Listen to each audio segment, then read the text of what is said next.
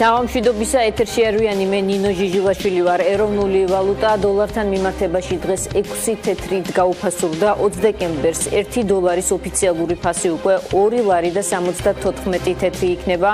კომერციულ ბანკებსა და ვალუტის გადამცვლელ პუნქტებში ყველაზე მაღალი კურსი რესპუბლიკა ბანკშია დაფიქსირებული 1 დოლარის შეძენა იქ 2 ლარად და 86 თეთრად შეგიძლიათ, თუმცა ეს ფასი მერყეობს სტაბილურად კი 2.8-ს უკვე აღწევს. შეგახსენებთ, რომ დღეს უბრალოდ 17 დეკემბერს ოფიციალური კურსი 2 ლარი და 68 თეთრი იყო, ხვალ კი იქნება 2 ლარი და 74 თეთრი. ეროვნული ვალუტა კრიზისშია. ჩვენ დღეს მოვუსმენთ პოლიტიკურ მხარეებს, ასევე ექსპერტებს. მინდა წარმოგიდგინოთ პირველი ბლოკის სტუმრები. ირაკლის ზარქოა, ქართული ოცნებიდან, ზურაბ ჭიაბერაშვილი, ნაციონალური მოძრაობიდან. საღამშვიდობისა ბატონებო, მადლობა რომ იღებთ გადაცემაში მონაწილეობას. ბატონ ირაკლი, თქვენთან მექნება პირველი შეკითხვა, არის თუ არა დიაგნოზი უკვე საიმისოთ, რომ თუ კი არსებობს რაიმე საშველი ამ პრობლემის შესაჩერებლად თუ არა მოსაგვარებლად ეს პროცესი დაიწყოს. მოგესალმებით, მივესალმებით თქვენს სტუმარს, თქვენს მაყურებლებს.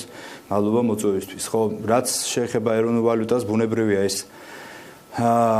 ის მდგომარეობა, რაც არის სავალუტო ბაზარზე. დღეს ჩვენ გვაქვს მოცემულობა ვნახოთ ის, რომ ის ნახტომისებური დევალვაცია ეროვნული ვალუტის, რაც ჩემის აზრით არ არის დაკავშირებული, თქვათ, ეკონომიკის მდგომარეობიდან, იმიტომ რომ ბუნებრივად ასე არ ხდება. მაშინ, როდესაც ის მთავარი ფაქტორები, რომელიც მოქმედებს ვალუტაზე და ეროვნულ ვალუტაზე, მის კურსის ჩამოყალიბებაზე, შემიძლია ჩამოთვალოთ კიდეც, ეს არის ექსპორტ-იმპორტის დინამიკა დაახლოებით იგივე ჭრილშია, რაც იყო შარშან, იმის წინ 5 წლის წინ დაახლოებით ეს არის 4 მილიარდ ნახევრიანი უარყოფითი სალდო. ის შემოსავლები, თქვათ, სავალუტო შემოსავლები, ეს იქნება პირდაპირ უცხოური ინვესტიციები, რომელიც მზარდია წლიდან წლამდე და თქვენ იცით, რომ მესამე კვარტლის მონაცემები, რომელიც გამოაქვეყნა სტატისტიკის სამსახურმა, ჯამში დაახლოებით $1.2 მილიარდზე მეტია, ანუ 3 კვარტლის მონაცემები, რომელიც გაცილებით მეტია, ვიდრე 2009 წლის მთლიანი წელს შემოსული პირდაპირ უცხოური ინვესტიციები, გაცილებით მეტია 2010-2011-12-13 წელს. ასევე ქალტონინო, თუ შეიძლება რომ მოვცეთ. იცით რა, თქვენ ახლა სტატისტიკას უყვებით მაყურებელს, რომ შეიძლება არაფერს ეუბნება, მათ საკითხია ხვალ დოლარი. ქალტონინო, გადავალ თქვა ამაზე, თუ მომცემ საშუალებას. აუცილებლად, უბრალოდ მაინც მეორე მიმართულება, რომელიც არის, ეს არის ტურიზმიდან შემოსავლები, რომელიც წლიდან წლამდე მატულობს და თქვენ იცით, რომ მიმდინარე წელს დაახლოებით $2 მილიარდზე მეტი იქნება ეს რეკორდული შემოსავლები. ასევე გზავნილები, რომელიც ეროვნულ ბანკმა გამოაქვეყნა ზუსტად გუშინ ნოემბრის თვეში მთლიანად 12%-ით მეტია გასულ წლის ანალოგიურ პერიოდთან შედარებით. ერთი სიტყვით, ყველა ის მაკროეკონომიკური პარამეტრი, ინფლაციაც იმ ჩარჩოებში უნდა იყოს, ხო?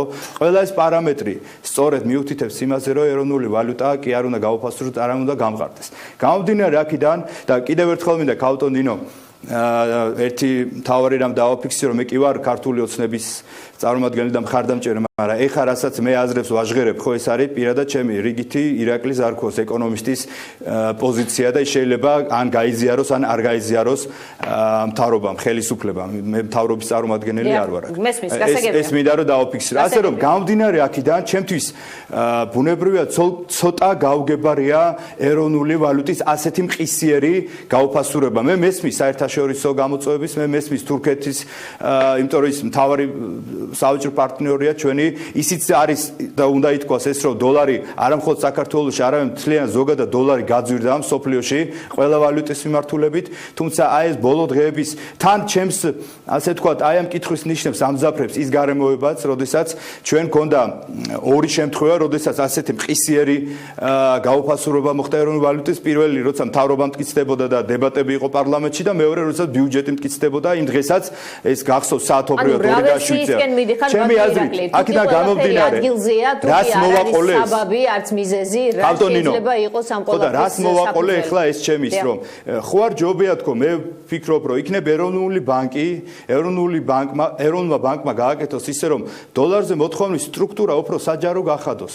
რით არის განპირობებული? ეს ტრანზაქციებით არის, ეს არის რამე სხვა მოლოდინებით განპირობებული. იქნებ იქნებ მეტი გამჭვირვალობა შეიტანოს აი ამ სავალუტო ბაზარზე მოქმედ ფაქტორებს. ფაქტორებს. ვინმე ხომ მანიპულირებს, ასე ისმება საკითხი. ფაქტია, რომ სპეკულაციური შეტევები, რომელიც ჩვენ რამოდენიმე დღის წინ ვიხილეთ, როდესაც კურსი ავიდა 2.7-ზე და შემდეგ საბოლოოდ 2.5-ზე დაფიქსირდა 2.58-ზე, ხო? ეს უკვე მეტყველებს იმაზე, რომ მასზე იყო სპეკულაციური შეტევები განხორციელებული და სწორედ აქედან გამომდინარე მე მაქვს სერიოზული საფუძველი, რომ ასე ვიფიქრო. ბანკებზე გაქვთ ძირითადად კომერციულ ბანკებზე ასე გამოც ისინი ვაჭრობენ ძირითადად Bloomberg-ზე და შესაბამისად ხომ არა ეს კომერციული ბანკები ეს არის მეთოდი ეს არის ერთ-ერთი ხერხი რომ თქვენ რო გინდოდეთ დოლარის ყიდვა კომერციული ბანკებიდან გამომდინარე უნდა იყიდოთ ამიტომ გეუბნებით სტრუქტურა მოთხოვნის სტრუქტურა დოლარზე უფრო გამჭვირვალე რო გახდეს ჩემის აზრით ბევრ კითხვებს გაცემდა ამისი უფლება აქვს ეროვნულ ბანკს მე მგონი შესაძლებლობის ფარგლებში შეიძლება ჩვენ მაშინ როცა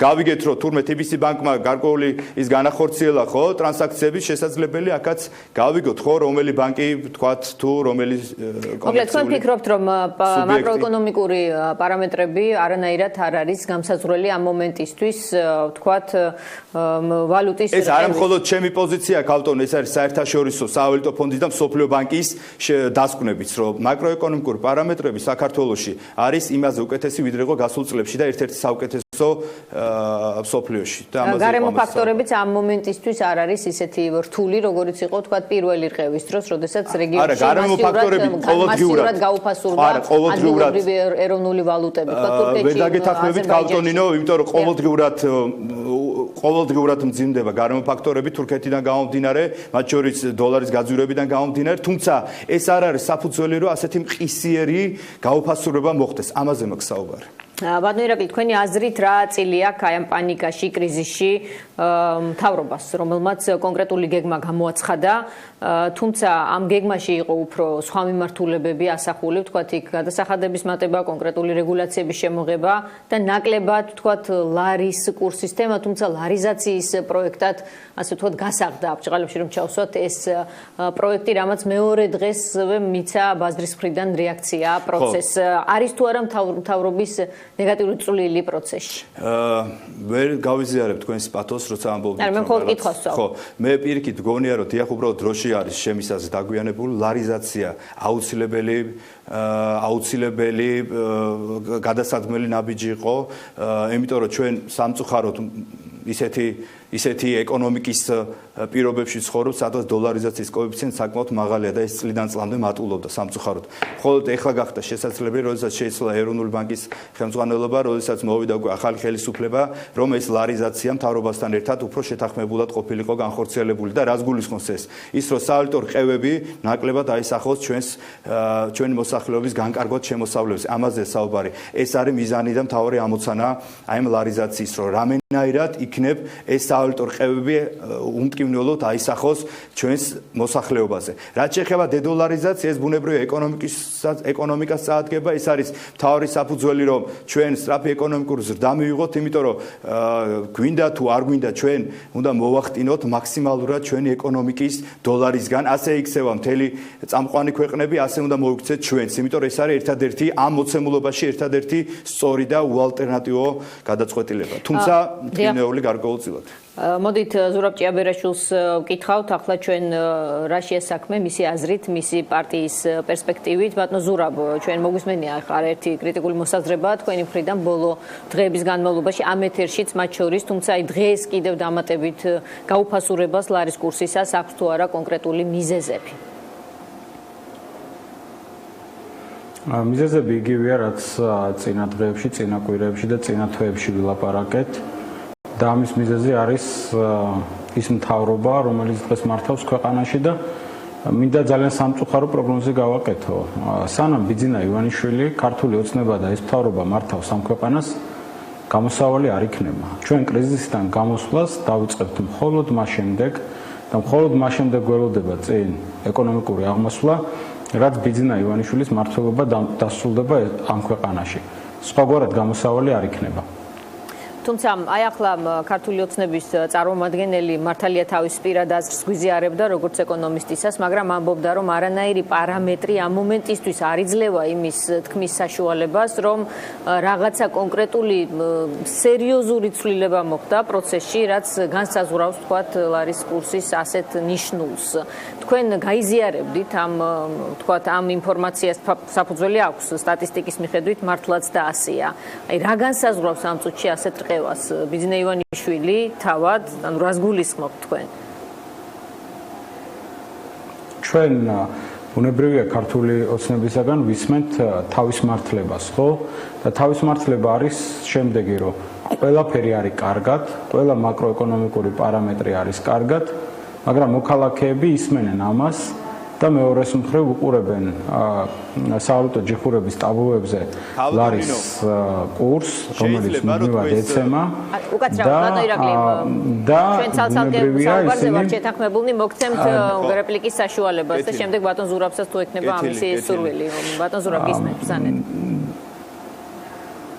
და ისინი ისმენენ ქართული ოცნებისაგან, რომ ყველაფერი არის კარგად, მაკროეკონომიკური პარამეტრები კარგია, არის სიტყვების კორიანტელი, ქუმსიშვილისგან მოვისმინეთ ჯერ ჰეჯირება, მერე ის ღუჯალარზე ლაპარაკობდა, რომლის დანახვაზეც მას აჟრიალებს. ანუ ჩვენ ვისმენთ რაღაც ტერმინების ზოგჯერ ფინანსური ლექსიკონიდან, ზოგჯერ ყოფითი ლექსიკონიდან ტერმინების კორიანტელს, მაგრამ მოქალაქეები უყურებენ, რომ ყოველდღიურად ღარიბდებიან, პროდუქტი, რომელსაც ისინი შეიძენენ, ყოველდღიურად ძვირდება, მათი ცხოვრება ყოველდღიურად უარესდება და ეს კიდევ უფრო დამთრგუნველია იმის მოსმენა ამის ფონზე, რომ ყველა მაკროეკონომიკური პარამეტრი კარგია, იმიტომ რომ თუ ყველაფერი მართლაც კარგად არის, საშველი არ ყოფილა. თუ კარგი მაკროეკონომიკური პარამეტრების პირობებშიც ასეთი მძიმე მდგომარეობა არის, მაშინ სად არის საშველი? კიდევ ერთხელ ვიმეორებ, აქ ეხლა ტერმინებში შეჯიბრს იმის ანალიზ, სავაჭრო სალდო როგორ შეიცვალა და ასე შემდეგ, ეს ჩვენი მოქალაქეებისათვის უკვე არის ყელში ამოსული. არავის ეს აღარ აინტერესებს. მათ ძალიან კარგად გაიგეს მთელი ამ წლების განმავლობაში, რომ სანამ ეს გუნდი ბიძინა ივანიშვილის მთავრობა ქართული ოცნება მართავს ქვეყანას, საშველი არ იქნება. ლარის პირველი მკვეთრი დაცემა მოხდა 2015 წლის თებერვალში.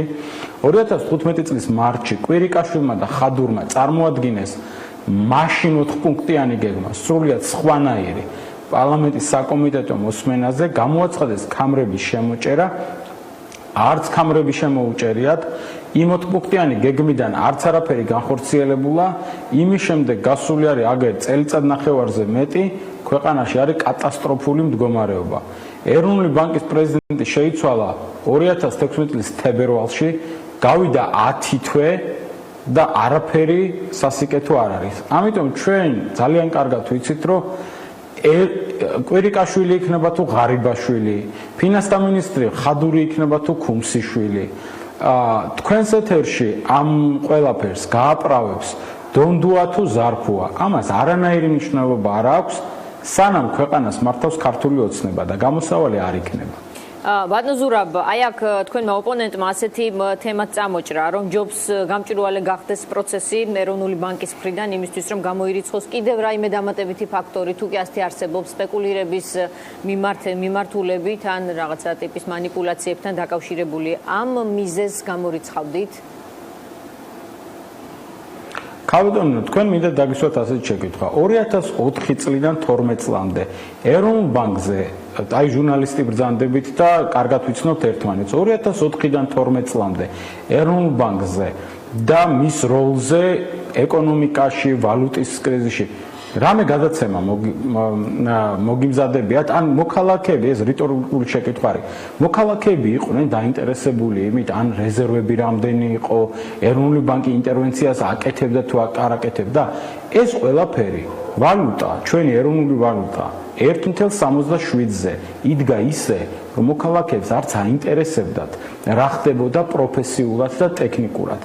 ის რომ ჩვენ დღეს ყოველდღიურად მოქალაქეები ისმენენ სიტყვებს, როგორიც არის რეზერვი, თუ რეზერვუარი, როგორც ერთმა პარლამენტარმა ბრძანა, ჰეჯირება, სავაჭრო სალდო, იმპორტ-ექსპორტი. მე შემიძლია ახლა ამაზე ვილაპარაკო, მაგრამ კიდევ ერთხელ მოქალაქეებისთვის ეს არის ყელში ამოსული. არავის არ მოქალაქეებს სურთ იყოს მთავრობა, რომელიც თავზე არ ახობს მათ, გაერკვნა ყველა ასეთ წვრილმაში. მოქალაქეებს აინტერესებთ იყოს მთავრობა, რომელიც ისე აკეთებს საქმეს, რომ მოქალაქეების ცხოვრება ყოველდღიურად არ უბედურდება, არ ხდება გაჭირვების ზრდა. და დღეს ჩვენ ვხედავთ, როგორც არ უნდა გაიმართლოს თავი ბიძინა ივანიშვილის მთავრობამ, ჩვენი ცხოვრება უარესდება უკვე ყოველდღიურად. თუ ადრე უარესდებოდა ყოველთვიურად, ეხლა ვხედავთ, რომ ჩვენი ცხოვრება უარესდება ყოველდღიურად. და კიდევ ერთხელ ვამბობ, ეს პროცესი ამ პროცესის გამჩერებელი არ არის ქართული ოცნება და ის მთავრობა, რომელიც მართავს. იმიტომ, რომ აკეთებენ სრულიად საპირისპიროს, რაც ამ პირობებში ჭირდება ეკონომიკას და გეტყვით, რა იქნებოდა გამოსავალი. გამოსავალი იქნებოდა გადასახადების მკვეთ. გისმენთ გამოსავალთან დაკავშირებით, თუ კი არის ძალიან მოკლედ გეტყვით, მე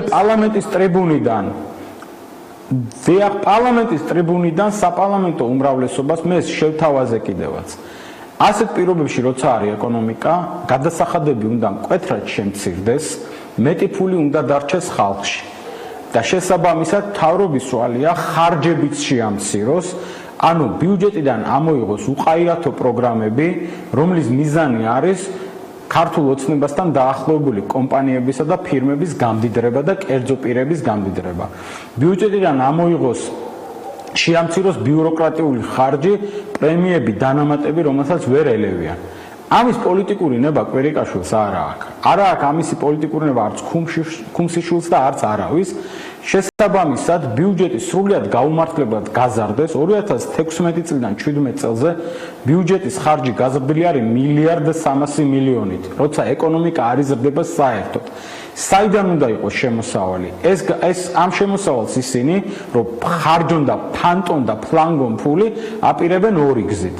ისე ვალების აღებით და ჩვენი ვალი მუდმივად იზრდება, რომელიც შვილების და შვილიშვილების გადასახდელია და მეორე დღეს ცხოვრებ ადამიანებს, დღეს ოჯახებს ჯიბეში უფრო ღრმად უყოფენ ხელს. რა იგულისხმება ამაში? ზრდიან გადასახადებს, ანუ რას აკეთებენ? აქციზის მომატება ნიშნავს, რომ ბენზინი და დიზელი გაუძვირდება უკლებლივ ყველა ადამიანს, ყველას შეეხება. ეს შეეხება არა მარტო იმას, ვინც მანქანით მგზავრობს, შეეხება ყველას, ვინც ტრანსპორტით მგზავრობს, ვინც თქვათ მანქანას იყენებს პროდუქტის გადასატანად ერთი ადგილიდან მეორე სადისტრიბუციო ქსელებს, რაც ავტომატურად ნიშნავს პროდუქტის გაძვირებას. პროდუქტის გაძვირება აისახება ოჯახების შემოსავალს. ანუ ყველა მიმართულებით ცხოვრება ძვირდება და უძნელდება მოქალაქეებს მთავრობის არასწორი პოლიტიკის გამო.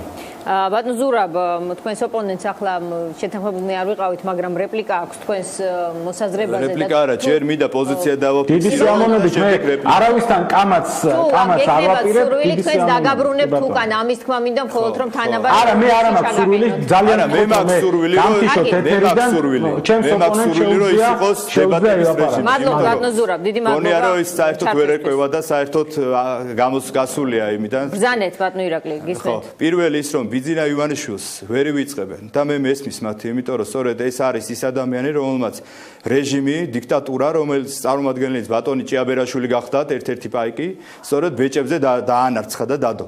და ამას ვერ პატიობენ, ეხლა და ყველგან ელანდებათ. ეხლა ეს ერთი, ეხლა მეორე თემა, როდესაც თქვენ კითხვას გისვამს, დიახ, მეც ვადასტურებ, რომ აი 2004-დან 2012 წლის ჩათვლით დაახლოებით იყო 1.67. ოღონდ ეს იყო გამყარებული ხელოვნურად.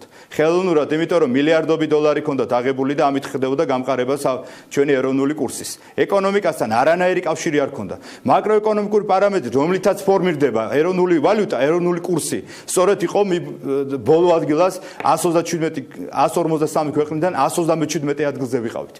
აი ესეთი ეკონომიკა ჩავიბარეთ ჩვენ, ვალების ეკონომიკა. ეხლა რაც შეეხება კონკრეტულ მაგალითს გეტყვით. ბატონ ირაკლი, აი სამართლიანობა მოითხოვს აღინიშნოს ჩაიბარეთ, როგორც ამბობთ, ასეთი ვალებით, მაგრამ ლარი და $67 მიმართებაში კურსით. თქვენ ეს ვერ შეინარჩუნეთ, გაორმაგეთ დიდი წარმატებით შეიძლება ეს.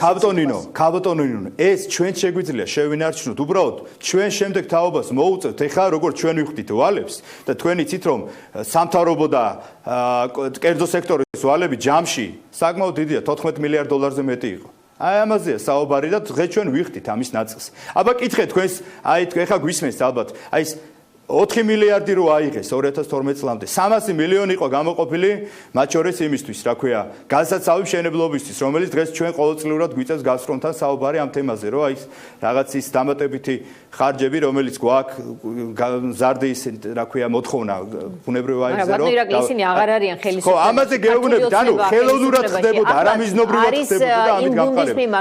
ხელოვნურად ხდებოდა გამყარება, რომელსაც თქვენ წარმოადგენთ. ამიტომ რა იყო ამის გამო აღარ არის სავარაუდოდ ნაციონალური არა, უბრალოდ როცა შედარებას აკეთებს, ეს უბრალოდ ჯანსაღი პროცესი სამწუხაროდ მტკივნეულია. იმიტომ რომ ჩვენ დოლარიზებული ეკონომიკა გქონდა. ჩვენ ასე რომ გაგვიგზელებინა დეფოლტამდე მივიდოდით, 1-5 წელი კიდე ასე რომ გაგვიგზელებულიყო. ამაზეა საუბარი და ჯობს ეს მტკივნეული გადაწყვეტილებები ეხლა მივიღოთ, რომელიც ბუნებრივია აისახება თითოეულ მოსახლეობაზე, ჩვენზეც, თქვენზეც, ყველაზე ბუნებრივია. არავის არ უხარია და ეს არ იყო განპირობებული, ეხლა თქვენ როგორ ფიქრობთ, ხელისუფლებას უნდა და მოსწონს რომ აი გაზარდოს გადასახადები არა ეს აუცილებლობით იყო განპირობებული და ამას გვეუბნებოდა სავალუტო ფონდიც, მსოფლიო ბანკიც რომ უნდა გაზარდოთ. თუმცა აქ არსებობს ერთი კონკრეტული კომენტარი, რომ ეს არ ყოფილა წინასწარი შეტყობინების სახით პროგრამაში ასახული ქართული ოცნების მხრიდან და აღმოჩნდა სულ პირიქით. დაპირება სხვანაირი იყო და შედეგი სხვანაირი დადგა. აი, სხვა შორის ხუმსიშვილმა უპასუხა ბოკერიას პარლამენტის ხდომაზე, რომ ეს ჩვენ ასახული გქონდაო მობილიზაციის, ბიუჯეტის მობილიზაცია გულისხმობდა გადასახადების მატებას თავის თავშიო. ეს ლოგიკური და ადეკვატური პასუხია. პირველი, ეს მეოთხე პუნქტი, რომელსაც თქვენ 4 პუნქტი აგემას ახსენებთ ხოლმე, მეოთხეში არის მართლობითი რეფორმა. სწორედ იქ ოპტიმიზაციაში შედიოდა ის რაღაც გარკვეული ხარჯების შემცირება. რაც შეეხება თქვენ რასაც გულისხმობთ, ჩვენ პირიქით იმდენად გულახდილი ვიყავით წინასაარჩევნოდ მოსახლეობას, ისიც არ გვითქვამს და არ გვიკადრებია, რომ პენსია გაიზრდება, რომელსაც ზოგი 300, ზოგი 500 ლარს და ასე პირდებოდათ. არარეალურს. ჩვენ უფრო მეცაც გეტყვით, ჩვენ შეგვეძლო ეკონომიკურ ზრდა გქონოდა არა 2, 3, 4 და 5%-იანი, არა გქონოდა გაცილებით მეტი 8-9%-იანი ამ 4 წლის განმავლობაში, მაგრამ უარი უნდა გვეთქვა, როგორც წინა რეჟიმი აკეთებდა იმ სოციალურ ვალდებულებებზე, საყოველთაო ჯანდაცვის პროგრამაზე, იმ სოფლის მეურნეობის ხარდაჭერ პროგრამაზე, ბიზნესის ხარდაჭერ პროგრამაზე. ამ მიმართულებით ჩვენ თუ არ გადავისვრიდით, თანხებს გვექნებოდა 8%-იანი ზრდა, მაგრამ ალბათ გვეყოლებოდა განახევრებული ის სოციალურად შეჭრებული ადამიანების რაოდენობა. ეს არჩევანი ქონდა, მაგრამ ჩვენ გავაკეთეთ სწორედ თქვით, რომ პირველი ადამიანის უფლებები. ჩვენ რამენაირად იქნებ ეს გაღატაკებული ხალხი, რომელსაც წამლის ფული არ აქვს, რომელსაც ოპერაციების ჩატარების საშუალება არ აქვს, იქნებ ეს პრობლემა მაინც მოუხსნათ. ალბათ თუ კარგად ეს მოუხსენით. ეხლა უკვე შემდეგ ნაწილში ჩვენ უკვე ოპტიმიზაციას ვახდენთ ამ მიმართულებითაც და თქვენ იცით, რომ იმ მიზნობრივ ჯგუფებზე, რომელსაც ყველაზე მეტად ჭირდება სწორედ აი დახმარება სწორედ მაგაზე ვაკეთებთ აქცენტირებას, რომ ის წამლების ფულიც აუნაზღაუროთ პენსიონერებს და ასე შემდეგ. აი მე ახლა უყურებ საინფორმაციო სააგენტოებს უკაცრავად ბატონო ირაკლი და არც ერთი კომენტარი ხელისუფლების არც ერთი წარმომადგენლის მხრიდან ლარის კურსთან დაკავშირებული არ არის. საჭიროა თუ არა კომუნიკაცია აუდიტორიასთან იმისთვის რომ პანიკა მოიხსნას და კიდევ უფრო არ გაღრმავდეს. ხო, აი პანიკა რომ მოიხსნას და ეს მეც მგონია და ამიტომ დავსვე საკითხი რომ იქნებ ეს პირველ რიგში ეროვნულმა ბანკმა უნდა გააკეთოს მეტი კომუნიკაცია ბიზნესთან, მეტი კომუნიკაცია საზოგადოებასთან, რასთან გვაქვს საქმე. ეს თუ არის განპირობებული რაღაც ბიუჯეტის თემებით, მაშინ გითხრას, მაგრამ ამას არც ეროვნული ბანკი ამბობს, არც საერთაშორისო ორგანიზაციები, არც სავალუტო ფონდი, არც სოფლიო ბანკი პირიქით ყველა გვეუბნება, რომ თქვენი პოლიტიკა არის სწორი, თქვენი პოლიტიკა არის სწორი, ის პოლიტიკა, რომელიც სწრაფ ეკონომიკურ ზრდამდე მიგიყვანთ. ეს არის რეალობა, ეს არის მოცემულობა. თუმცა ეს ისე არ გამიგოთ, რომ რაღაც ყველაფერი არ არის კარგად, ნამდვილად არ არის და ამის ეხა აქ სპეკულაციას არ ავყვები და ამ უსაგნო დებატებში არ შევალ. პირიქით ყველანი ვცდილობთ, მთელი გუნდი გაერთიანებულია, რომ რამენაირად უმტკივნეულოდ იქნებ გადავაგოროთ და ეს გარდამავალი პერიოდი გავიაროთ. ეს მოკლედ ეს გარდამავალ პერიოდში ვარ ჩვენ ახლა ბატონო. იმიტომ რომ ამ მიმდინარე წელს დაემთხვა ორჯერ არჩევნების პირველი და მეორე ტური. შემდეგ ამას დაემთხვა მთავრობის ახალი მთავრობის ფორმირება, ამას დაემთხვა ახალი რეფორმა, ამას დაემთხვა მთელი რიგი ნიუანსები, ამას დაემთხვა მსოფლიო დოლარის გაძვირება, ამას დაემთხვა თურქეთის ის შოკები. მე როცა თქვენს ეთერებში ამ ზაფხულს ვიყავი ხოლმე და დავდიოდი ხო, როცა ნავთობის ფასი დაბალი იყო, მაშინ არ მithkoms არასდროს ეს მთავრობის დამსახურება. ეს იყო განპირობებული სწორედ იმ საერთაშორისო სანავთობო ბირჟებზე ნავთობის ფასების დაწევა. და ბუნებრივია ჩვენზეც აისახა ისე როგორც ის უარყოფით ტენდენციები რაც სოფლიო ბაზარზე ხდება სოფლიო ბირჟებზე ისიც აისახება ჩვენთან ჩვენ მცირე მაგრამ ღია ეკონომიკის ქვეყანა ვართ და სამწუხაროდ გვინდა თუ არ გვინდა ეს აისახება დადებითიც და უარყოფითიც და ფინალში ბატონო ირაკლი მინდა კითხოთ როდესაც თქვენ ამბობთ რომ ახლა კრიზისია გადასაგორებელი ამას ხომ არ გადაყვება მთავრობა როგორ ფიქრობთ ახლა დარჩეული მთავრობა რომელიც ფაქტია რომ ვერ უმკლავდება პროცესს ამ ეტაპის მონაცემებით ყოველ შემთხვევაში კიდევ ერთხელ გეუბნებით ეს საკითხი საერთოდ არ ამგონია რომ უნდა დაისვას იმიტომ რომ კიდევ ერთხელ ვამბობთ რომ ის რომ კონკრეტული ხედვა არის ის რომ სწრაფი ეკონომიკური განვითარების კონკრეტული გზა არის ეს არის არა მხოლოდ ჩვენი ნოუ-ჰაუ არამედ მსოფლიო სხვადასხვა ქვეყნებში აპრობირებული და წარმატებით განხორციელებული სწორედ ამ ჩვენს ამ მიდგომას ხარს უჭერს არა მხოლოდ ადგილობრივი ექსპერტები და თქვათ გუნდი მთლიანად არამედ ცალკეული საერთაშორისო ორგანიზაციები რომელიც პირდაპირ ყოველთვის ამბობდნენ კრიტიკულ შეფასებებს როცა ეს საჭირო იყო ასე რომ კიდევ ერთხელ გეუბნებით ამიტომ ვამბობ რომ ჩვენ მივდივართ სწორი მიმართულებით ეს მიმართულება იქნება გარკვეულწილად ცოტა რყევები იქნება, მტკივნეული იქნება ჩვენი საზოგადოების და ეს მტკივნეული რო არ იყოს, ამიტომ მივიღეთ გადაწყვეტილება, რომ 1 იანვრიდან მოხდეს გალარება იმ კრედიტების ლარიზაცია. ეს არ არის განპირობებული კაი ეკონომიკური მდგომარეობით. ეს ამ მოცემულობიდან გამომდინარე მივიჩნეთ, რომ ეს არის ყველაზე ოპტიმალური გამოსავალი და ამ მიმართულებას ჩვენ ბოლომდე ხარს უჭერთ. ირაკლი ზარქოა ქართული ოცნებიდან პასუხობდა ჩვენ შეკითხვებს ზურაბ ჭიაბერაშვილმა აღარინდომა თქვენთან შეპასუხება და დებატის რეჟიმში გადასვლა, ამიტომ ჩვენ მას ამ მიზეზის გამო აღარ ვაბრუნებთ უკან. დიახ. კი ბატონო, ვერც გაბედავს, იმიტომ რომ მან 1-2 წელი დამსამო და მე მინდოდა ამაზე მესაუბრა სხვა შორის. არა, ეხლა ჩვენ ამ პერსონალურ გარკვეულებას შევდგებით ეს ბატონო ირაკლი ის აღარ არის თანაკ, ამიტომ თან შეთანხმებას არ ქონია არ ვამბობ, ამის თემა მინდოდა რომ მე კითხა და ეთყობა მიხვდა და ამიტომ ნუ გასაგებია. არ ვიცი, ამაზე ვერ გიპასუხებ. მადლობა ირაკლი ზარქოს, რომელიც პასუხობდა ჩვენ შეკითხვებს. რეკლამის დროა, რეკლამის შემდეგ ვახტანგ მეგრელიშვილი, თემურ მაისურაძე, თემა ისევ ლარის კურსი დროებით.